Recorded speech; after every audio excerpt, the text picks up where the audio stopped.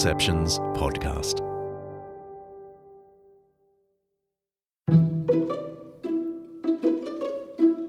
But Augustine found a way to show how Christianity is the fulfillment and extension of even Neoplatonism.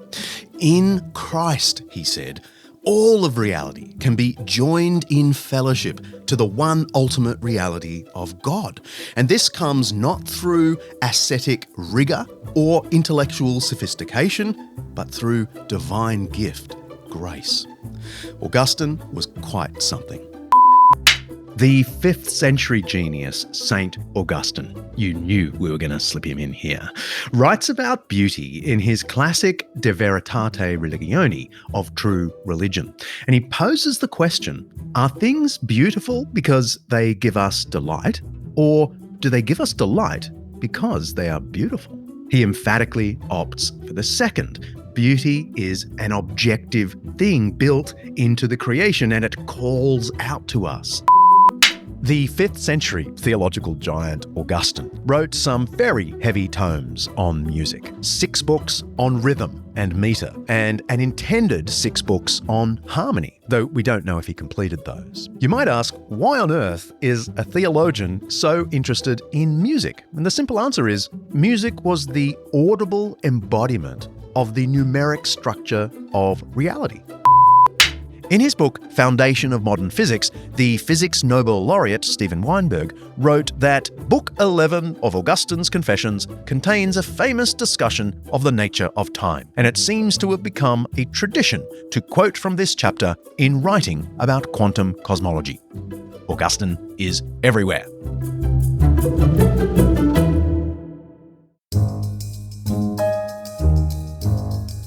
In the 5 years I've been doing this podcast, it feels like 2, but producer Kaylee assures me it's 5. I don't think I've referenced anyone more than Aurelius Augustinus, Augustine of Hippo, or Saint Augustine. There's hardly a subject this 5th century intellectual giant didn't write about or help shape in the history of thought. His shadow looms not just over Western Christianity, but over the whole of Western thought. He even invented the genre of the intellectual autobiography.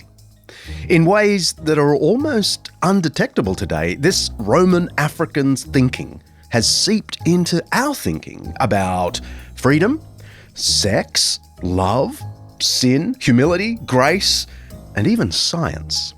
The list goes on. But not everyone loves him. His views have sparked intense opposition from theologians, humanists, feminists, and some of my close friends.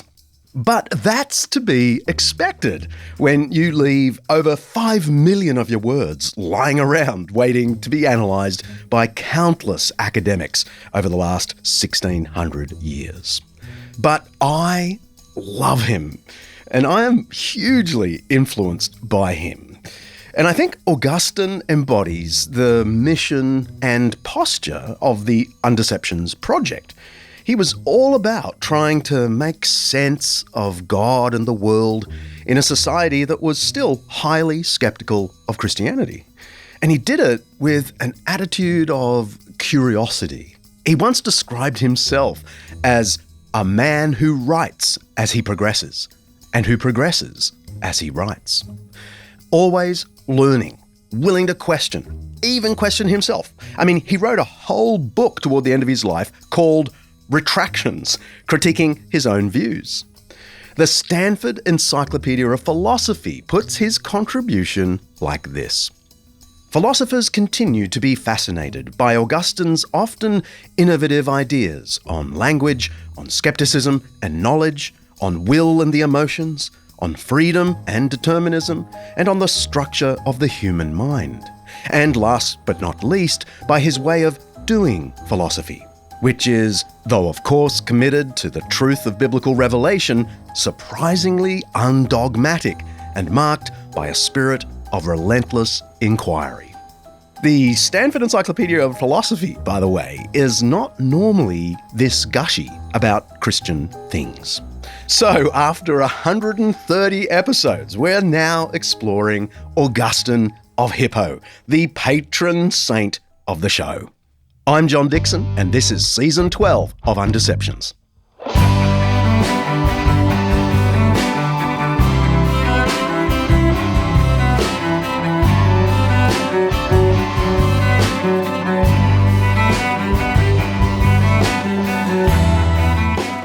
We are so grateful again that this season of Undeceptions is sponsored by our friends at Zondervan Academic.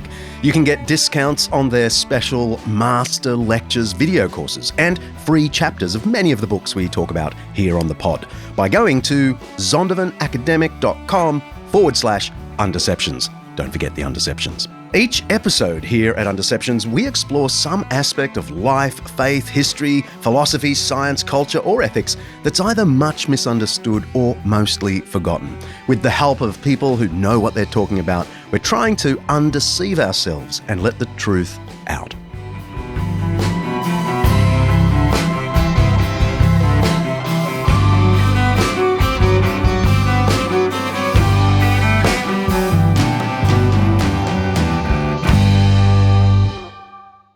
I would say if you were looking for a line about Augustine and his influence on Christianity, I think you could say he's the most influential Christian writer for the Latin-speaking West between St. Paul and Martin Luther. Yeah, okay. All right. I'm listening. I'm listening. Augustine, for Western Christianity, Augustine is one of the big three. The Eastern Christianity had their own brain. That's one of our guests today, Kate Cooper. She's Professor of History at Royal Holloway, University of London, and the author of Queens of a Fallen World, The Lost Women of Augustine's Confessions. He's an early Christian bishop. He lived just after the conversion of Constantine to Christianity, where Christianity becomes, as it were, an official religion, going from being a religion of outsiders to very much a religion of insiders. And he's really the figure in Latin Western Christianity who figures out, what do we do about the fact that Christians have power now? We're not living up to it. We don't know what we're doing clearly. Why did God put us in this position? And, it's terrifying. And I think one of the reasons Augustine has such staying power as a thinker is he's writing in the years between roughly 400 and 430. So end of the Roman Empire, early Middle Ages. He's writing as the Roman Empire is falling apart. The only thing left standing seems to be the church. And he's trying to figure out, are we up to this? In the Latin West, the political situation is constantly churning. There's constant invasions, constant regime change, and the church is constantly being invited, essentially, to wash away its promises in order to please the new guy. So how does the church find a way to stand firm, in a sense, stand and deliver on its promises to a community that has survived all of this terrifying change? The Roman Empire had thought of itself as invincible. In the epic poem The Aeneid, Virgil describes Rome as imperium sine fine, an empire without end. Augustine is living right at the time when this Roman belief was under serious threat. Everything was at stake. The empire was sort of crumbling around him, and then the unfathomable happened.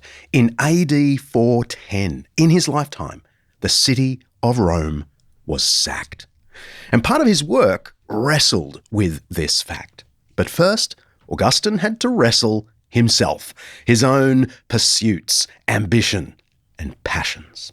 His book, The Confessions, is a deeply personal and self-reflective work, and it was the first of its kind. To praise thee is the wish of every person who is but a part of thy creation. Thou dost bestir them, so that they take delight in praising thee. For thou hast made us for thyself, and our heart is restless until it finds its rest in thee. Augustine's Confessions, Book 1. It's certainly the first psychological autobiography. There are autobiographical writings previously, but there's not one where somebody tells the story of their own life from childhood and really tries to analyze themselves in that way. So the Confessions is an absolute landmark for historians of the family. It's incredible in that it talks about the relationships between men and women, between slaves and free people, between teachers and their pupils, all of these daily life questions and all of these questions about how Christianity influenced people's ideas about how they should live. So it's just extraordinary. Do we know when he wrote that? No, we don't. Right. We know that he wrote it after he became a bishop. Yeah, okay. So, but before the City of God? Almost certainly, because the City of God, it's published in the 420s, but he's writing it in the teens and 20s. And people tend to assign a sort of vague date of around 400 to the Confessions, but we just really don't know. Do we know why he wrote it? Or have you got a hunch of why he wrote it? Why this incredibly introspective and yet theological and philosophical autobiography? Was he just aware that people wanted to know about him, or was he trying to do something more profound? Yeah. It's a great question. In a way, I think we have to ask ourselves, what would inspire somebody to start talking about themselves in such an open and profound way? We have to ask ourselves whether there's a little bit of a self-fashioning going on. You know, it's possible that he wants us to see himself in one way rather than another. He's almost certainly involved in church controversy by the time he writes it. And so it might partly be almost a kind of plea for understanding, that he wants his listeners to realize that he's in good faith, that he's really trying to expose himself and be honest, and he's trying to earn their trust. I think that's probably where I would fall, is that somewhere in there, either because he's trying to earn the trust of his colleagues or his congregation, or because he feels like it will be helpful to his readers to understand that he as a Christian leader isn't better than them. I think that might be, because it's not a self-aggrandizing biography like there are other examples of throughout Roman history. Augustine's Confessions is just a story of tears. It's incredible how he's very funny, but he's constantly talking about things that upset him, things where he was disappointed, things where he was disappointed with himself. So in that sense, it's almost like he's creating himself almost as a kind of anti-hero. And of course, the hero of the story is God. An anti-hero from the beginning. Here's Augustine reflecting on himself as a baby. For even at the very first, I knew how to suck, to lie quiet when I was full, and to cry when in pain, nothing more. Then, little by little, I realized where I was and wished to tell my wishes to those who might satisfy them, but I could not. For my wants were inside me and they were outside, and they could not by any power of theirs come into my soul. And so I would fling my arms and legs about and cry, making the few and feeble gestures that I could, though indeed the signs were not much like what I inwardly desired. And when I was not satisfied, either from not being understood or because what I got was not good for me, I grew indignant that my elders were not subject to me, and that those on whom I actually had no claim did not wait on me as slaves, and I avenged myself on them by crying. Augustine's Confessions, Book 1. And of course, the hero of the story is God. Yeah. The second hero. I'm a jerk. God is gracious. Yeah, exactly. That's what he's trying to say. I would have said, I'm a mess. God is gracious. But, but it is very much that story. Something a lot of people don't understand about Augustine. We think of him as a Latin writer. Therefore, we sort of imagine that he grew up in an ivory tower in the city of Rome. Yeah. Totally wrong. Mm-hmm. He grew up in North Africa, in what's now the eastern end of modern Algeria. He grew up in a village market town known for its lion market. They are caged and led on wagons down to the port to be shipped off to Rome or Carthage for the gladiatorial games. So it's a weird and fascinating landscape. It's a very fertile area. Augustine is just on the edge between the Tell, which is the part of northern Algeria, which is sort of wheat fields, which is really important economically in the Roman Empire. He's on the edge between the wheat fields and one of the mountain chains. And so it's this edge between super Roman civilization in these towns and cities, and then just the vast expanse of the agricultural Roman Empire. Crucially, he's from a family that seems to be a mix of Roman and Berber background. And so there's a sense that they're on the make, they're trying, and this is true of a lot of families in these African towns in the 4th century. An imperial system where ambitious families are trying to get their kids into education so they can work their way up the food chain. And Augustine's a smart kid? We believe Augustine was the smartest guy recorded in the whole century. He's just an incredibly bright boy. He's taught rhetoric and oratory at Madeiros, which was the famous university in the region. And it's a region that's known for producing some of the best professors of rhetoric out across the Roman Empire. Augustine's family, if you look at his profile, they clearly tap him very early as somebody who has the potential to go to Italy, which he does, and make it in the Italian system. Augustine's relationship with his mother, Monica, permeates the whole of his Confessions. We would know nothing about her except for this record. Augustine describes Monica as an intensely faithful Christian, quite unlike his dad. She is relentless in her love for her boy, often weeping in her prayers over his early escapades. Monica is venerated as a saint in the Catholic Church, and the city of Santa Monica in Los Angeles is also named after her. Shout out to any listeners in Santa Monica. Love that place.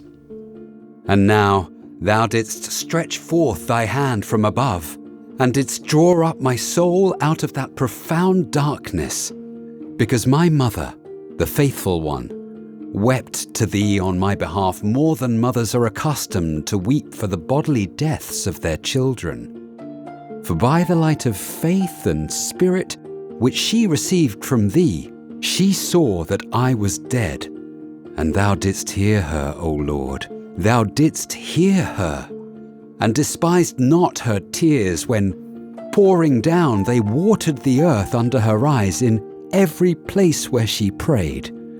Thou didst truly hear her. Augustine's Confessions, Book 3. Augustine's father, Patricius, was a hot-tempered womanizer. Augustine seems to have inherited some of that. I came to Carthage, where a cauldron of unholy loves was seething and bubbling all around me. I was not in love as yet, but I was in love with love.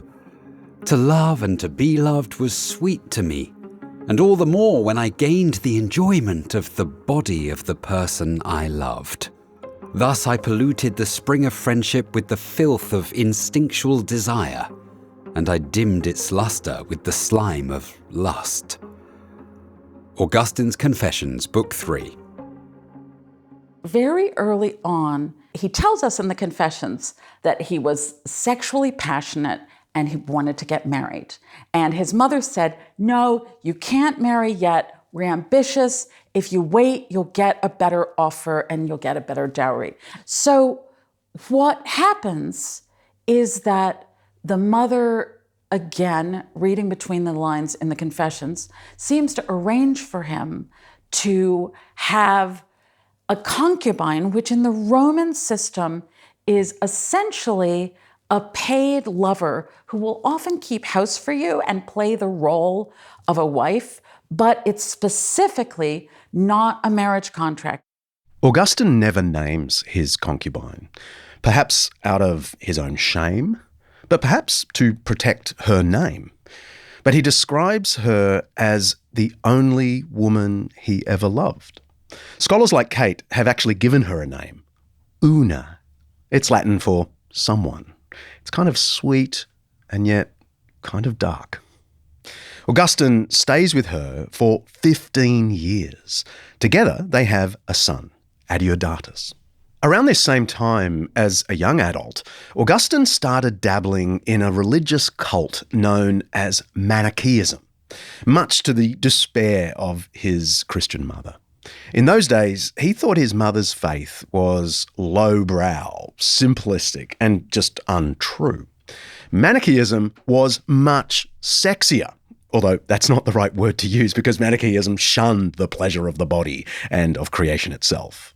It was a bizarre blend of elements of Christianity as well as classical philosophy and Eastern mysticism. Manichaeism's idea of a great battle between equal forces of good and evil, spirit and body, made more sense to Augustine than the too earthly Christian Bible, which he'd read but which seemed to him to lack the loftiness that he was looking for. As his studies continued, though, his doubts with Manichaeism and classical philosophy began to mount. He also became disillusioned with the Manichaean leaders who were, he thought, hypocritical and who disapproved of his constant questioning. But all the while, Augustine is making a name for himself in academic circles, in the glorious city of Milan, which by this time, the late 300s, was actually the imperial city. The whole imperial court resided there. Fast forward 10 or 20 years, and all of a sudden Augustine is in his early 30s. He's in Milan, and he's got a chair of rhetoric in the city that hosts the imperial court, and he's giving panegyric speeches before the emperor. At this point, the families at court are looking at him and saying, this guy's got a future. If this guy can get funding, and Augustine actually says in the Confessions, if I could marry well enough, I knew I could become a governor of a Roman province, which is a title that will get you into the Senate. And he's still with Una when he comes to Milan. She's followed him from Carthage, first to Rome and then to Milan. He's at this great moment of ambition, and his mother arrives in the winter of 385 to 386, and all of a sudden there's the idea that now's the time. Augustine's, he's ripe, let's get him married. And so there he is in Milan, and he has the opportunity to get married. And before he knows it, he has a specific offer from a family who have a 10-year-old daughter who's an heiress on a large scale. And Augustine says yes. At this point, the portcullis comes down because one of the conditions that the family imposes is that he send Una back to Africa. And so there he is. He and Una, they've got a teenage son. They've been living together for over a decade. And he says that they were living a life of what he calls domestic bliss. And famously, he tells us in the Confessions that when she's sent away, she vows to never know another man, which means that she is really showing him the faith that is characteristic of what becomes his idea of Christian marriage. So off she goes. Augustine is left realizing that she's just a better person than he is. So that, I think, was a big, big blow, not only to his ego, but to his self-worth, to his understanding of himself as a person. Because his fiancée, the heiress, is only 10, Augustine has to wait for 2 years before he can marry her. So that puts him in a situation that is, it turns out, simply untenable psychologically. And again, he talks about this in the Confessions, that he has to wait. He's already made it very clear to us that he's a person who has a lot of control problems with his sexual urges. So what does he do? He takes a second concubine. So the parents-in-law think, fine, he's a red-blooded male. At least he's taking a stable relationship, so he's not going to be going to prostitutes and bringing the disease into the house. So that's their thinking. Somewhere in there, Augustine starts to notice that this is all not quite what he would like to think of himself. Meanwhile, the number of my sins was growing. The woman I'd been accustomed to sleeping with was torn from my side because she was supposed to be an obstacle to my marriage. My heart, which had fused with hers, was mutilated by the wound, and I limped along trailing blood.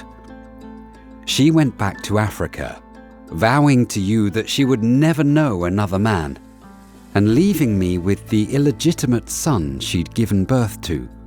I was wretched, but I couldn't even manage to emulate a woman. Instead, I itched at delay, as it was 2 years before I could have the girl I was arranging to marry. I was no lover of marriage, but instead a slave to my lust. So I secured another woman, but not a wife, to be sure. It was as if I wanted my soul's disease to be maintained unimpaired, or maybe even augmented, and conveyed into the realm of lawful wedlock. And I needed a sustained relationship to serve as a sort of escort on this journey. But that wound of mine, made by hacking off the woman I'd had before, wasn't healing. On the contrary, after excruciating inflammation and pain came putrefaction and a growing numbness and hopelessness. You're the one to be praised. You're the one to be glorified, fountain of mercies. I was growing more wretched, and you were growing nearer. Your right hand was almost there to pluck me out of the slime and wash me clean. But I didn't know that. Augustine's Confessions, Book 6. While he's in Milan, Augustine hears about the incredible sermons given by the Bishop of Milan, a man named Ambrose. He's a figure that becomes extremely powerful in Augustine's life. Ambrose deserves his own episode one day, so please take that down, Producer Kaylee. Because many scholars reckon that Ambrose, as a former Roman governor turned Christian bishop, had as big an impact on the church in the Roman world as Emperor Constantine had had at the beginning of the 300s. Ambrose was an intellectual, trained in rhetoric, just like Augustine, and came from a very influential Roman family. His reputation as a public speaker, beyond compare, was what first drew the very vain Augustine to him. For although I did not trouble to take what Ambrose said to heart, but only to listen to the manner in which he said it, nevertheless his meaning, which I tried to ignore, found its way into my mind together with his words, which I admired so much. I could not keep the two apart, and while I was all ears to seize upon his eloquence, I also began to sense the truth of what he said, though only gradually. Confessions, Book 5. And he is a spectacular preacher.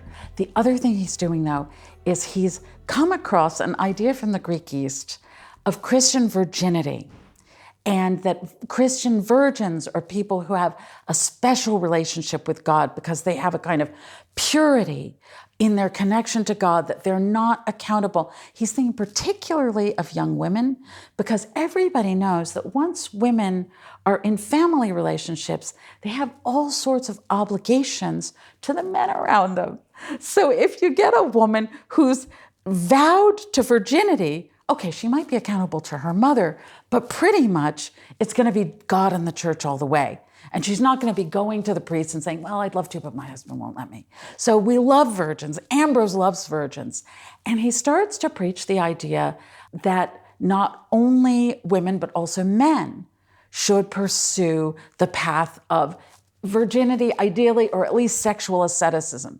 So at the time that Augustine is having this crisis about what a bad man he is and how his badness is fundamentally because he can't control his sexual impulses, and but not only has he betrayed Una with the young woman that he's going to marry, but he's even double betrayed her with this second concubine, and it's just a train wreck.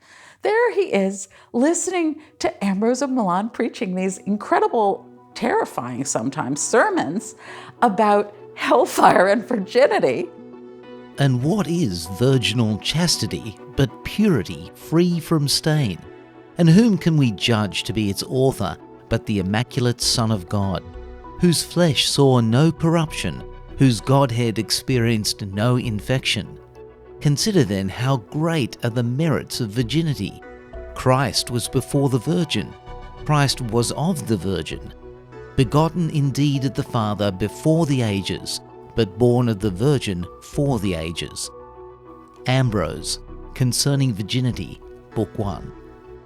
So Augustine basically starts to, in a sense, interpret his problem as being a problem about sex and temptation. And I want to stop on that point because I just want to chime in here and note that it wasn't just Ambrose's teachings on sex that attracted Augustine. Though apparently Ambrose was so persuasive in his arguments about the virtues of abstinence against the Roman lust and licentiousness, that noble families worried their daughters might choose a life of virginity over marriage after hearing him preach, so they hesitated to send their daughters to church. But Ambrose's preaching addressed many of the concerns Augustine had had with Manichaeism. He also showed Augustine that there were people within the Christian faith who had applied intellectual rigour to their belief. Ambrose was known for his knowledge of the latest Latin and Greek writings, Christian and pagan. He even incorporated some of the more recent philosophical insights into his preaching, and Augustine was impressed. Now, this is all before he is a confessing Christian. Tell us the story, the famous story, of his coming to have this revelation and thinking of himself as a full Christian. So he's in Milan with his friend Alypius, and they meet a pair of young men who start talking to them about the ascetic movement and about the life of Antony, who was a desert father from Egypt, whose life had recently been translated into Latin. And they get very excited about this idea of the desert fathers. And Augustine talks about how he was with Alypius, and he was so upset about the fact that his own life was going in this direction that was just so upsetting to him. They're in a small house in a garden, and over the garden wall, he hears some children playing a game where the sort of sing-song of the game is take it and read. So he has seen this book of Paul's letters in the house, and he decides to go back in and pick up the book and read. Suddenly, I heard the voice of a boy or girl, I know not which, coming from the neighbouring house, chanting over and over again, "Pick it up, read it, pick it up, read it." Immediately, I ceased weeping and began most earnestly to think whether it was usual for children in some kind of game to sing such a song. But I could not remember ever having heard the like. So, damming the torrent of my tears, I got to my feet. For I could not but think that this was a divine command to open the Bible and read the first passage I should light upon. Augustine's Confessions, Book 8. And at that point, he picks And just opens a page, doesn't he? He opens the book. This bit. And there, famously, there is in the ancient world a practice called sortes biblicae, where you open a book and you point to a passage and you see what it says. And it's kind of almost a form of divination. So that's clearly what Augustine was doing in this case. And when he gets to the passage, it's Paul's passage from Romans about not in reveling and drunkenness. And Augustine realizes, oh, this is what God wants for me. He wants me to follow this life of asceticism that I've heard about in the life of Antony. So he makes this marvelous connection between the letters of Paul, the life of Antony, and God's will. So I quickly returned to the bench where Alypius was sitting, for there I had put down the Apostles' Book when I had left there. I snatched it up, opened it, and in silence read the paragraph on which my eyes first fell. Not in rioting and drunkenness, not in chambering and wantonness, not in strife and envying, but put on the Lord Jesus Christ, and make no provision for the flesh to fulfill the lusts thereof. Romans chapter 13, verse 13. I wanted to read no further, nor did I need to, for instantly, as the sentence ended, there was, infused in my heart, something like the light of full certainty, and all the gloom of doubt vanished away. Confessions, Book 8. There's a sense that he's trying to bring together the world of his childhood and his mother's Christianity with this sort of heady world of intellectual Christianity that he started to get access to through Ambrose's preaching. So there's a sort of, the two things come together for him. He says that he's had this moment and the scales fell away, everything looked different, and the first thing he thinks is, I know I can't get married to that girl. Interestingly, he doesn't phrase it as being about sex. He phrases it as being about, he knows there's something wrong with that marriage. You know, and in fact, again, we have this question of ambition. But so he decides, initially he sees it as following the life of philosophy. And he and Alypius organize themselves to go and live with a group of friends for a few months up in the mountains and read philosophy and really try to think about what it is to live a righteous life. After Augustine becomes a Christian, he's baptised by Ambrose and then turns from his purely academic life to establish a community of prayer and study in his hometown, Thagaste, in present-day Algeria. But locals weren't going to have a bar of this. Someone so talented shouldn't be hidden away in prayer and study.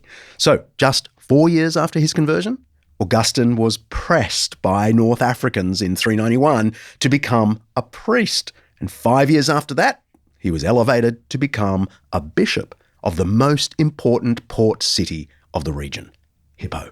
From this post, he defended Christianity against paganism and heresies. He gave sage advice to Roman officials overwhelmed by rampant slave trading and violent raids by Saharan warriors. And he laid down his 5 million written words like a master foundation, a bedrock of Western civilization. Sounds like an exaggeration, right? Stay with us.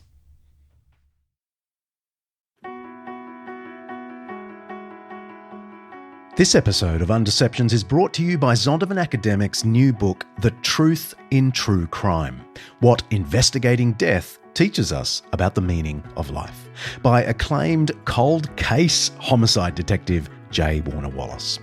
After years of investigating the causes behind deaths and murders, chasing leads and solving crime, Wallace decided to focus some of those same instincts on the most notable death in human history, the death of Jesus.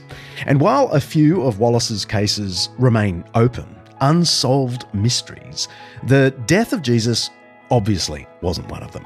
His investigation transformed him from atheist to believer. Many of us are hooked on the latest true crime podcast. I'm looking at you, my darling buff. But Wallace reckons there's more than mere entertainment to be found in some of the big murder mysteries of his career.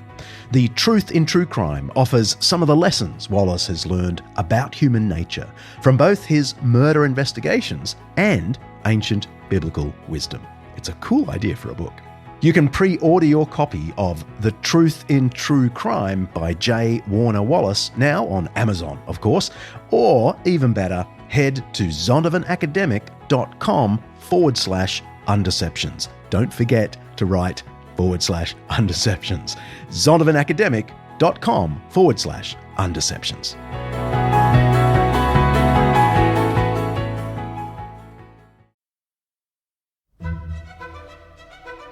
The second founder of the faith.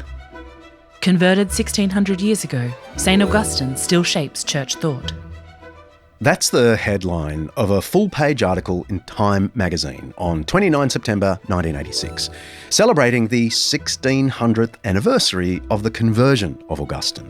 Here's a bit more from the article.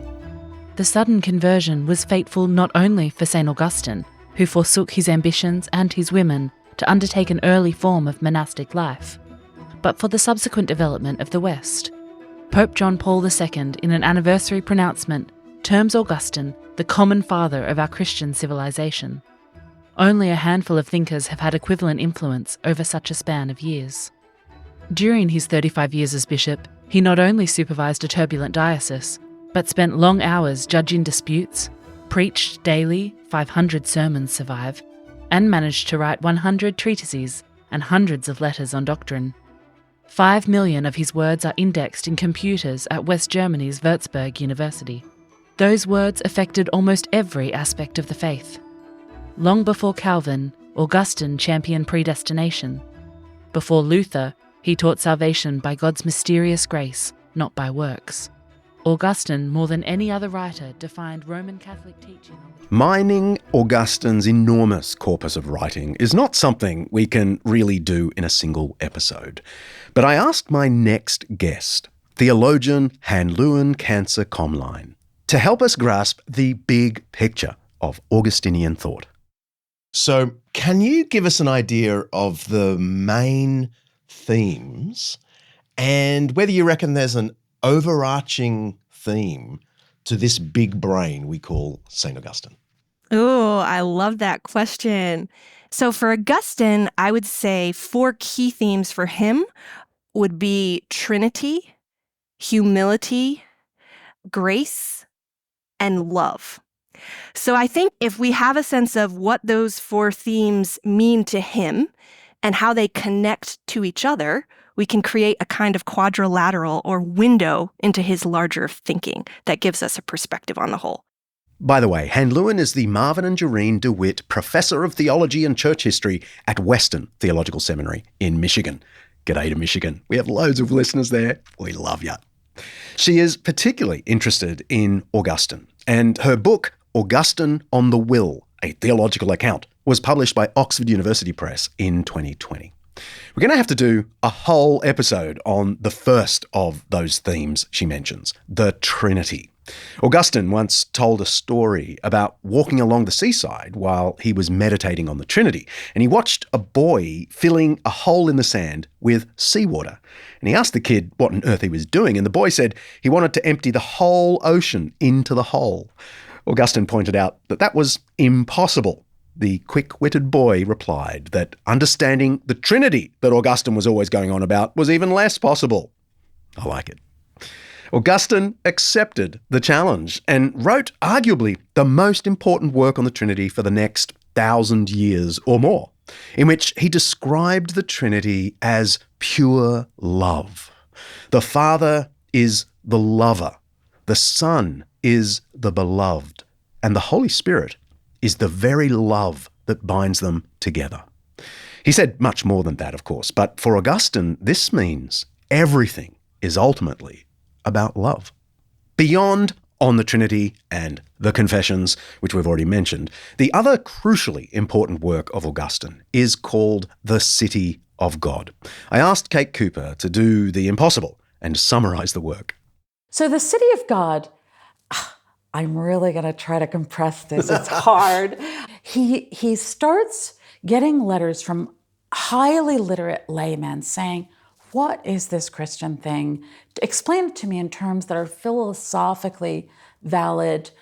Some people think that the sack of Rome in 410 is a sign that the Christian God really doesn't love the Roman Empire and we just need to go back to the old gods.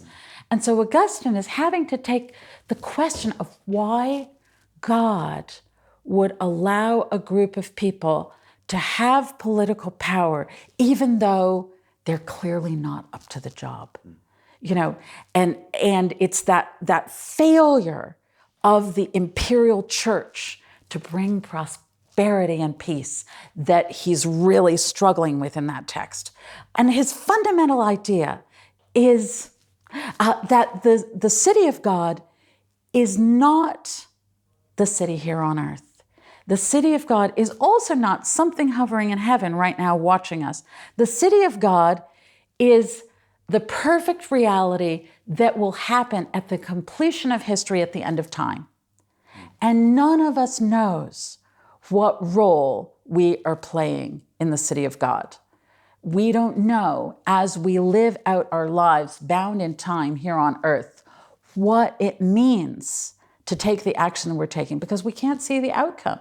And even if we were a perfectly moral person, because we're bound by time and we don't know what the other sequence of things that are going to happen until the end of time, we don't know the significance of our actions. You can get a little bit more on the City of God in our episode 80 with Christopher Watkin. It's titled Critical Theory. Head to the show notes for more. There were two big theological threats to Orthodox Christianity in Augustine's time, and Augustine stomped on both of them, intellectually speaking. One was Donatism, a group of puritanical Christians led by Donatus, who said that anyone who denied Christ during the persecutions at the beginning of the century was not a valid Christian, no matter how much repenting they did. Therefore, any churches founded by any of those repentant traitors were false churches. The Donatists thought that there were a lot of false churches. Some think of Augustine as dogmatic and puritanical, but in fact, he rescued the church from this spiritual elitism. He reminded everyone that divine love, not human faithfulness, is the central reality of Christianity. Then there was Pelagianism, another overly rigorous version of Christianity. Can you give us the 30-second explainer on Pelagianism? Yes. And then tell us a little more about Augustine's view of the will. Now, I know you've written a book on this, but if you can do it in like 60 seconds, my audience would love you. Okay. In a nutshell, Pelagius had a very different theological sensibility than Augustine. He was someone who really emphasized human potential. This was like all the slogans I heard growing up in the 80s, like, you can do it, you can achieve it, like, if you can dream it, you can accomplish it, reach for the stars, all of this stuff. That was Pelagius. He has written some things, for example, his letter to Demetrius, which could be read today at a graduation ceremony by a motivational speaker. I mean, he's basically all about not underestimating our natural abilities as God created us. And then Augustine, in contrast to that, really emphasizes our neediness and our dependence on God's grace to do anything good. Whenever I give moral instruction, I first try to demonstrate the inherent power and quality of human nature. I try to show the wonderful virtues which all human beings can acquire. Most people look at the virtues in others and imagine that such virtues are far beyond their reach. Yet God has implanted in every person the capacity to attain the very highest level of virtue. The reason is that in moral capacities, God has created us all the same. We are each capable of achieving the same degree of moral goodness. Once people perceive this truth, they're filled with hope, knowing that in the fullness of time, they can share the moral virtue of Christ himself. A letter from Pelagius to Demetrius, 385 AD. This was one of the most important debates in the history of Christianity. Pelagius reckoned we humans are innately good and have the power within us to fully obey God. I'm good through and through and only getting better. That was kind of their mantra. But Augustine argued from the Bible and experience that we are fallen creatures. Our inherited nature is a strange mix of good and bad. We are free to act as we choose, but not wholly free to act for the good 100% of the time. His fancy phrase for this was liberum arbitrium captivatum, free will in captivity. That is, our will might be free, but it's also weakened by our nature. Now, you can test out Augustine's idea very easily. Try for the next 24 hours to do, say, and think only good things. Starting now. Let me know how you get on. In his Confessions, Augustine tells a personal story about stealing pears, which is really a story about human nature. we carried off a huge load of pears, not to eat ourselves, but to dump out to the hogs after barely tasting some of them ourselves.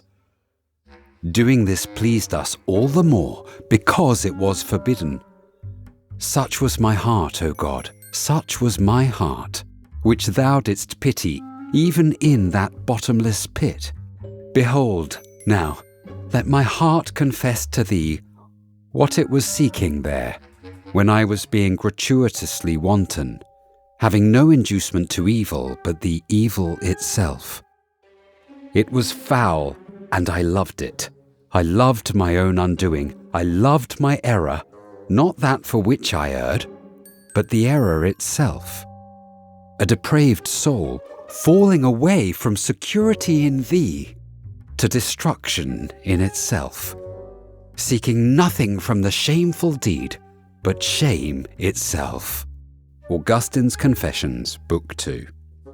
This sort of passage is often quoted to make the point that Augustine was a total downer, a grumpy pessimist about humanity. The great 20th century political philosopher John Rawls gave Augustine the dubious honour of one of the two dark minds in Western thought. Check out the show notes for the other dark mind. Does Augustine deserve this title? Spoiler, not if you actually read him. We'll see what my expert guest has to say about it after this.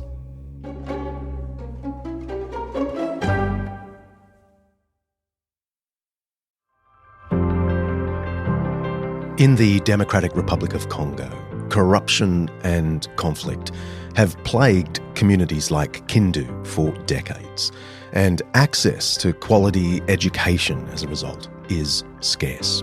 Schools around Kindu, one of the poorest parts of the DRC, are often dilapidated. They lack basic essentials like books or even teachers. Anglican Aid is looking to change that. By making a tax-deductible donation to Anglican Aid, you can play a crucial role in providing the tools and resources necessary to transform children's lives. Your donation will help workers on the ground in the DRC to rebuild classrooms, supply materials for students, and offer comprehensive training for educators. Already, there's been incredible progress. 5 schools have been renovated, with over 600 students enrolled and thriving. But there's still plenty to do. Please visit anglicanaid.org.au/Undeceptions to lend your support to an organisation Buff and I have long trusted. Help empower children to do what we frankly take for granted: chase their dreams and build a brighter future for themselves and their communities. Go to anglicanaid.org.au/Undeceptions. Thank you. I am lovable. Hi, lovable friend. I'm Mona Monkey. I live in the kingdom of self-esteem. Along with my friends, we're the lovable team. Come right along, bring your huggable you. We'd all like to meet you and talk to you too. The gates of the kingdom are opening wide as you say these words 3 times with pride. I'm lovable, I'm lovable, I'm lovable. So come with me and you will see all of the lovable ways to be. I am courageous. That's a reading from a librarian in the city of Rancho Cordova in California. She's reading a kid's book called The Lovables in the Kingdom of Self-Esteem by Diane Lumens. Any kid who reads this book hears this message: you are very special. It came out during the self-esteem craze of the 1980s and 90s. The thinking was based on questionable research, see the show notes, that suggested a high self-esteem, that is, thinking highly of yourself, holding a positive view of your actions and capacity, correlated to being a well-adjusted, clean, sober person with no criminal record and probably higher education. If you have low self-esteem, you're more likely to be in jail. There were a bunch of scholarly papers around the same time making this point, and schools across America in particular, but also here in Australia, adopted self-esteem programs to instill greater confidence in our kids. You know, every child gets a prize. Pelagius would have loved it. The only problem is, it's mostly junk. Newer studies explore the problems inherent in self-esteem culture. Turns out, Augustine was probably right. It's kind of a glass half empty, half full thing. Like you could hear Pelagius's view and think, oh, that's so encouraging. He thinks we have so much potential. This is wonderful. But on the other side, I love Peter Brown's line about how Pelagius's message was simple but terrifying. Perfection is possible and therefore obligatory. That is a lot of weight to put on human shoulders, that you alone can do anything you want to do. He practically says that in so many words. And I think deep down, we all know that's false, that we cannot do anything we want to do. And so it can be deeply discouraging to feel that that's an obligation we have. So I think there's another side that sees Augustine, another way of framing this, where Augustine's alleged pessimism about the human condition is actually something really hopeful because it corresponds to a really broad view of God's grace and corresponds to an acknowledgement of our neediness as human beings and that that's okay. I mean, I've often felt that there'd be no more depressing idea to believe than that I am good through and through and only getting better. Because I don't know how I'd cope with all the counter evidence. You know, by 9 a.m., I know I'm a jerk. All of this reminds me of something British intellectual Francis Spufford wrote about his conversion from atheism to Christianity. When he was a skeptic, he mocked the Christian notion of guilt. He grew to love it, though. He writes, "I found that admitting there's some black in the colour chart of my psyche doesn't invite the blot of dark to swell, or give a partial truth more gloomy power over me than it should have, but the opposite. Admitting there's some black in the mixture makes it matter less. It makes it easier to pay attention to the mixedness of the rest. It helps you stop wasting your time on denial, and therefore helps you stop ricocheting between unrealistic self-praise and unrealistic self-blame. It helps you be kind to yourself." Here's Spufford himself giving a talk at St. Paul's Cathedral in London. In my experience, although faith can begin in awe, it can begin in a sense of consolation that blows in like weather and startles you out of nowhere. But more common in some respects is just to reach one of the points in life where you are irresistibly reminded that you've messed up, as I shall put it in church. And at those moments, which I think are universal unless your life is extraordinarily lucky or you are leading your life in an extraordinarily oblivious way, you discover yourself as a being who does not fit easily with your own wishes, a being who acts against yourself as often as you act for yourself, who is resistant to your own best intentions, who, whatever the line is that your society and you yourself draw between the good and the bad, are some of the time voting haplessly on both sides of it. Francis Spufford, I don't know if you know that name, he's a British author, and he wrote a book called Unapologetic, and he was a complete atheistic British skeptic. And he says one of the things that brought him to Christianity was the realization that we're all fallen. Because he thought, as soon as I believe I'm fallen, I can be gentle on myself.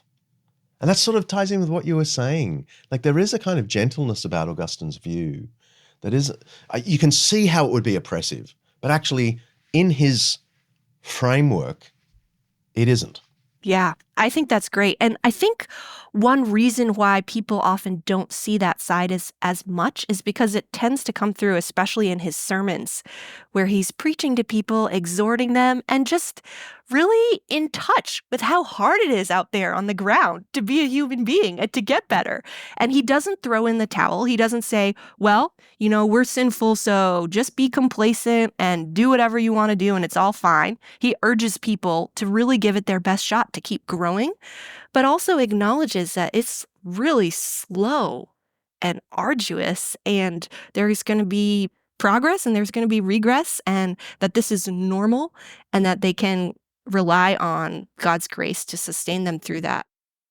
I think to say that Augustine is depressing is to say that you haven't read Augustine.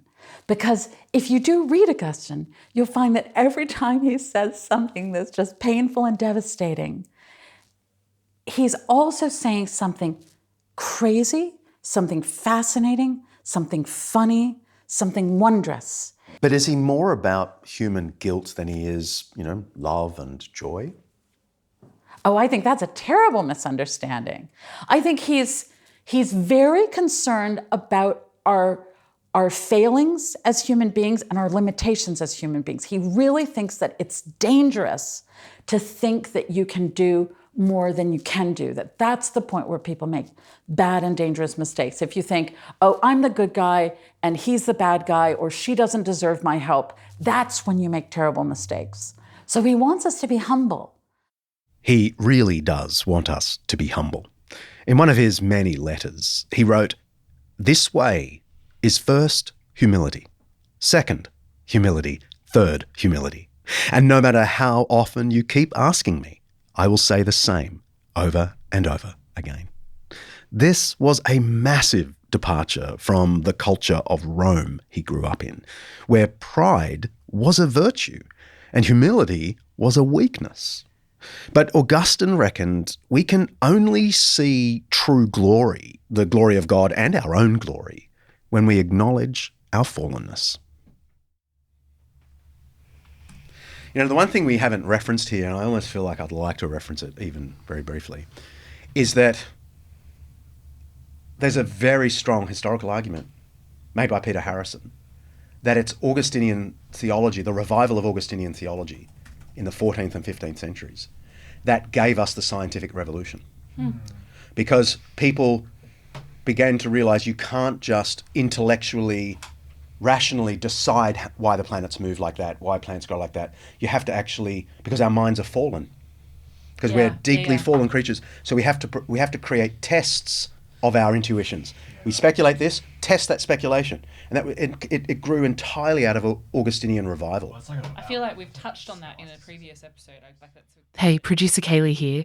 Just popping in to say that John's riff to the team just there was inspired by Peter Harrison's book, The Fall of Man and the Foundations of Science. We'll pop a link in the show notes. Peter Harrison was a guest for our very recent live show in Brisbane, Australia. Look out for that episode dropping in your feeds soon. It'll be called Intelligible Universe. Anyway, back to JD. Another big criticism of Augustine is that he was a raging misogynist. So I put that to Kate Cooper, who's studied precisely this question, and her answers were fascinating. But you'll need to be a Plus subscriber to get that extended episode. Head to undeceptions.com/plus to sign up. I'm so sorry to be a tease. Producer Kaylee made me do it. Oh, gosh. Sorry. There is a skeptical reading of Augustine that just says he was a social climber and, wanted to be one of the greats. And what do you know, he ended up one of the greats. Do you share that view? Or do you think there's a way of rescuing him? I mean, after all, humility was one of the things he liked. Yeah, right. So I don't entirely reject that perspective because Augustine was a human being. So inevitably, as he himself taught and admitted in his confessions, which not only talked about his sins before he became a Christian, but talked about his ongoing struggle with temptation. I think he would be the first to admit, yes, I still struggle with pride. So I think that in some ways that skepticism about valorizing or putting Augustine up on a pedestal is something that his own thought would theologically justify, actually. So I think that it is appropriate to acknowledge weaknesses in Augustine and acknowledge that he wasn't right about everything. He was a human being like all the rest of us. That said, my approach to Augustine and to early thinkers generally is to keep my eyes open for weaker areas and to be open to critique. Also, to try to learn as much as possible from these thinkers of the past, realizing that we contemporary people also have a lot of blind spots in our own time, and that, I guess, following the biblical principle, we could spend all day thinking about the log in Augustine's eye, or we could say, how can we learn from him about some areas where we could improve? You sound like a true historian there. You know, our first thought really shouldn't be, how could they have thought that? It should be, oh my goodness, I wonder what my blind spot is. You know, what will people say of Dixon 200 years from now? Shudder the thought. Have you got a favorite piece of writing from St. Augustine? I would actually recommend this short little book called On Instructing Beginners in the Faith. Ooh, yeah. And I just love that. He sort of gives, it's like a crystallization of his understanding of what's most important in Christian belief. And also there are some really wonderful reflections on just how to engage with others in an encouraging way in a Christian context. So some real pastoral wisdom there as well. And it's very short, available in paperback. So that's a great one. Brilliant. Finally, what do you think a skeptic might find enriching if they dipped into Augustine? For the skeptic, I would recommend Confessions because it's interesting to trace the path that led Augustine to Christian theology and just to hear a lot of questions that he had about Christianity, skeptical questions that he himself had. I think it's important for skeptics to know that the kinds of questions they ask are important and good to explore, and also shared by, many Christians have thought through these questions too, and they're good questions. So for Augustine, for example, when he first encountered the Bible and the Old Testament, he was really turned off. He thought, what is going on here? Like lowbrow. Yeah, lowbrow. Like this text is not polished stylistically, and God seems to be endorsing violence. There's all kinds of things that seem unfitting for the object of worship that are attributed to God in this text. So this was an issue that he had and worked through. So I think that for skeptics, I would recommend that. And also, I do think Augustine is someone who's been there, who can connect with folks like that. And then even in his thinking going forward as a Christian, he bears those kinds of questions in mind. So he'll say sometimes, in a sermon or writing, well, maybe someone might ask this. He's always thinking not only about his own perspective, but what a critic might say. So I think that gives his thought a kind of rigor that's appealing to people who think it's important to ask hard questions.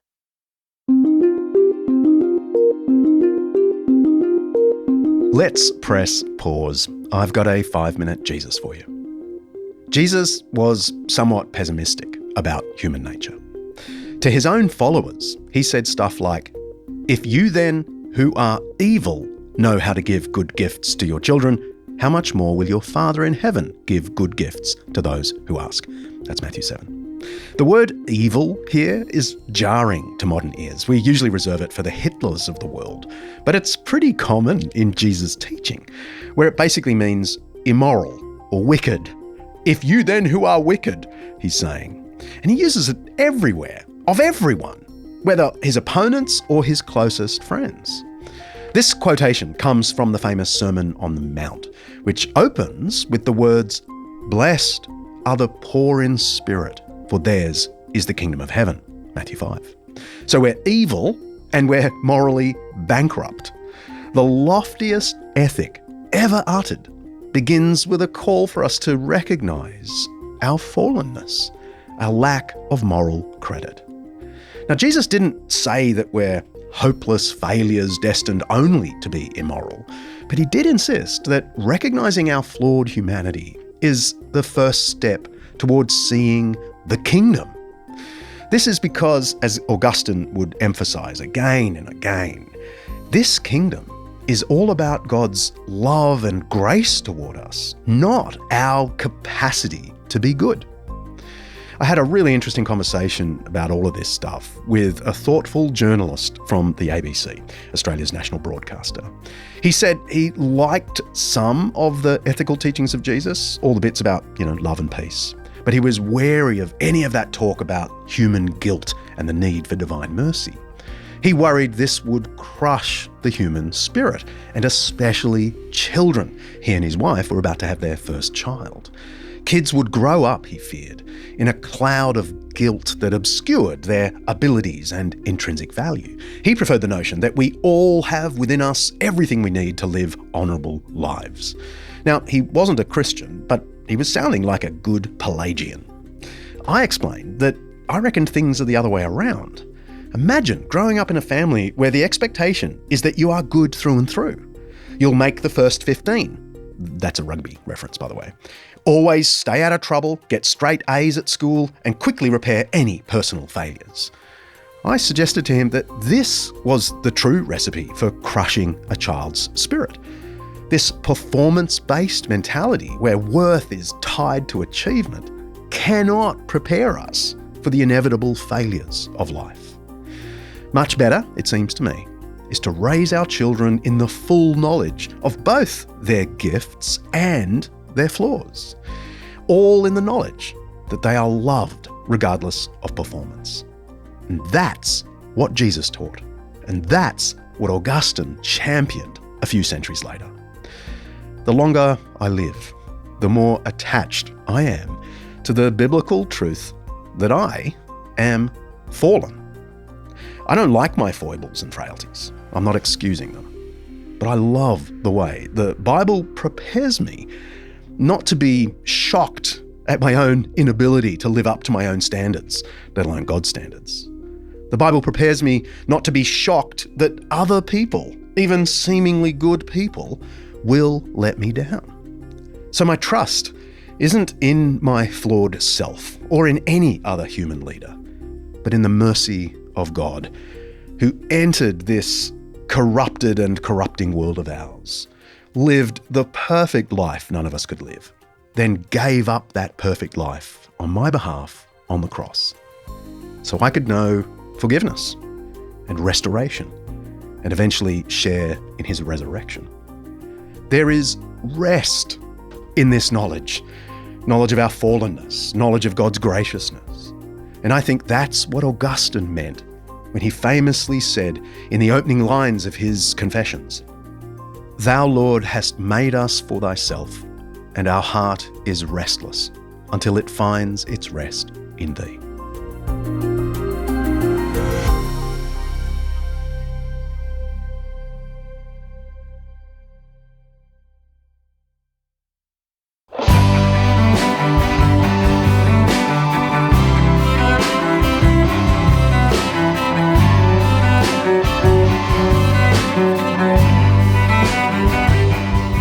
If you want to find out more about anything you heard in today's episode, researcher Al has some great show notes for you. All the links to the books and shows and people we mentioned, some deep dives into the more complicated stuff, and there's a transcript of the full episode too.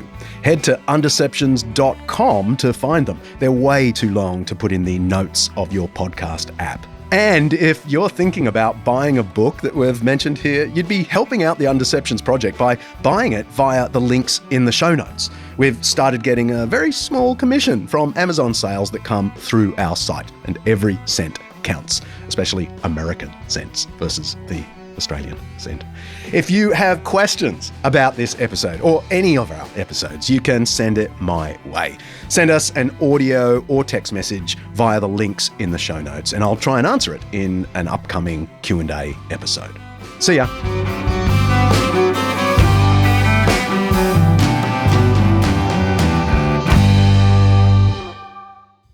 Undeceptions is hosted by me, John Dixon, produced by Kaylee Payne, and directed by Eunice Hadley. Sophie Hawkshaw is on socials and membership. Alistair Belling is writer and researcher and drummer. Siobhan McInnes is our online librarian. Lindy Leviston remains my wonderful assistant. Santino DeMarco is chief finance and operations consultant. Editing by Richard Humwee. Boom! Our voice actor today is Yannick Laurie. Thank you, mate. Thank you. Special thanks to our series sponsor, Zondervan, for making this Undeception possible. Undeceptions is the flagship podcast of undeceptions.com, letting the truth out.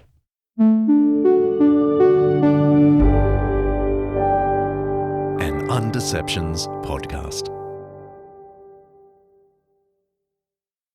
Head to undeceptions.com to find them. They're way too long to put in the notes of your podcast app.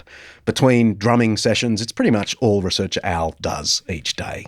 And if you're thinking about buying... Oh, I'm sorry, basically mate. correct. I'm sorry, mate. It's very accurate. What a job. Tough life.